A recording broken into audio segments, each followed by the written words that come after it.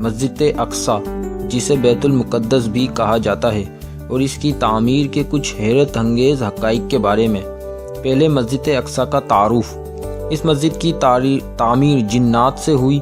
اس میں تابوت سکینہ رکھا گیا۔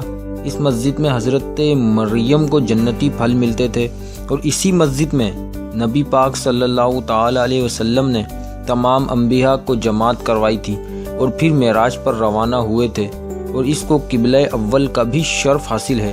17 ماہ تک اسی مسجد کی طرف رخ کر کے نماز پڑھی جاتی رہی۔ اس مسجد کا رقبہ تقریباً 1,44,000 اسکوائر میٹر ہے، اور اس میں 5 لاکھ نمازی ایک وقت میں نماز پڑھ سکتے ہیں۔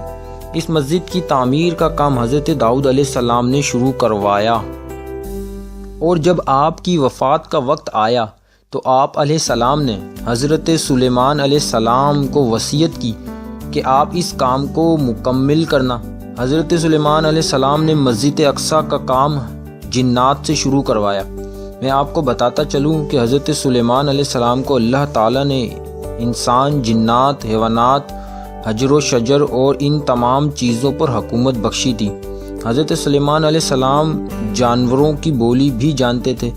ان کے بہت سے واقعات ملتے ہیں جن سے پتہ چلتا ہے کہ آپ درختوں سے، فضاؤں اور جانوروں سے بات چیت کرتے تھے، اور یہ تمام چیزیں ان کے تابع بھی تھیں۔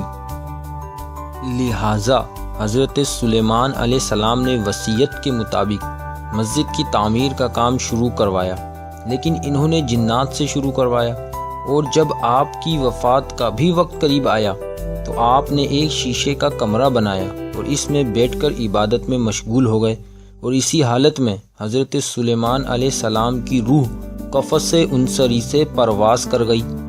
آپ اپنے عصا کی ٹیک سے کھڑے رہے، ادھر جنات مسجد کی تعمیر میں مشغول رہے، کیونکہ اگر کوئی جن حصار سے باہر جانے کی کوشش کرتا تھا تو وہ جل جاتا تھا، اور اس کے علاوہ حضرت سلیمان علیہ السلام کا خوف بھی تھا۔ لہٰذا 1 سال کے بعد مسجد اقصی کا کام مکمل ہوا، اور حضرت سلیمان علیہ السلام کے عصا کو دیمک نے کھا لیا، تو آپ علیہ السلام کا جسم مبارک زمین پر تشریف لایا۔ تب جنات کو پتہ چلا کہ آپ 1 سال پہلے ہی وفات پا چکے تھے۔ پھر تمام جنات چلے گئے۔ حضرت سلیمان علیہ السلام کی وفات کا راز اس لیے ظاہر نہیں ہوا کیونکہ آپ اکثر کئی مہینوں تک اسی طرح عبادت میں مشغول رہتے تھے۔ اس کے علاوہ مسجد اقصی کی تعمیر و توسیع مختلف دور میں ہوتی رہی۔ حضرت عمر رضی اللہ تعالیٰ عنہ کے دور میں بیت المقدس کو فتح کیا گیا اور مسجد کی تعمیر بھی کی گئی۔ اس کے بعد اموی دور میں خلیفہ عبد الملک کے دور میں مسجد کی توسیع و تعمیر شروع کی گئی، اور مکمل اس کے بیٹے الولید نے 705 عیسوی میں کی۔ اس کے بعد 746 عیسوی میں زلزلے سے مسجد شہید ہو گئی، تو عباسی خلیفہ منصور کے دور 754 عیسوی میں دوبارہ مسجد کی تعمیر کی گئی، اور پھر دوبارہ 780 عیسوی میں تعمیر کی گئی۔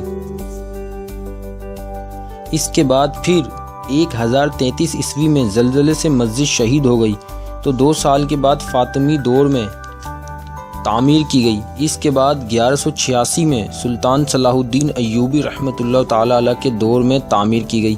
اس واقعے کا ذکر قرآن پاک سورہ سبا آیت نمبر 14 میں کچھ اس طرح آیا ہے: پس جب ہم نے سلمان پر موت کا فیصلہ نافذ کر دیا، نہ پتہ بتایا جنات کو آپ کی موت کا، مگر زمین کی دیمک نے جو کھاتی رہی آپ کے عصا کو۔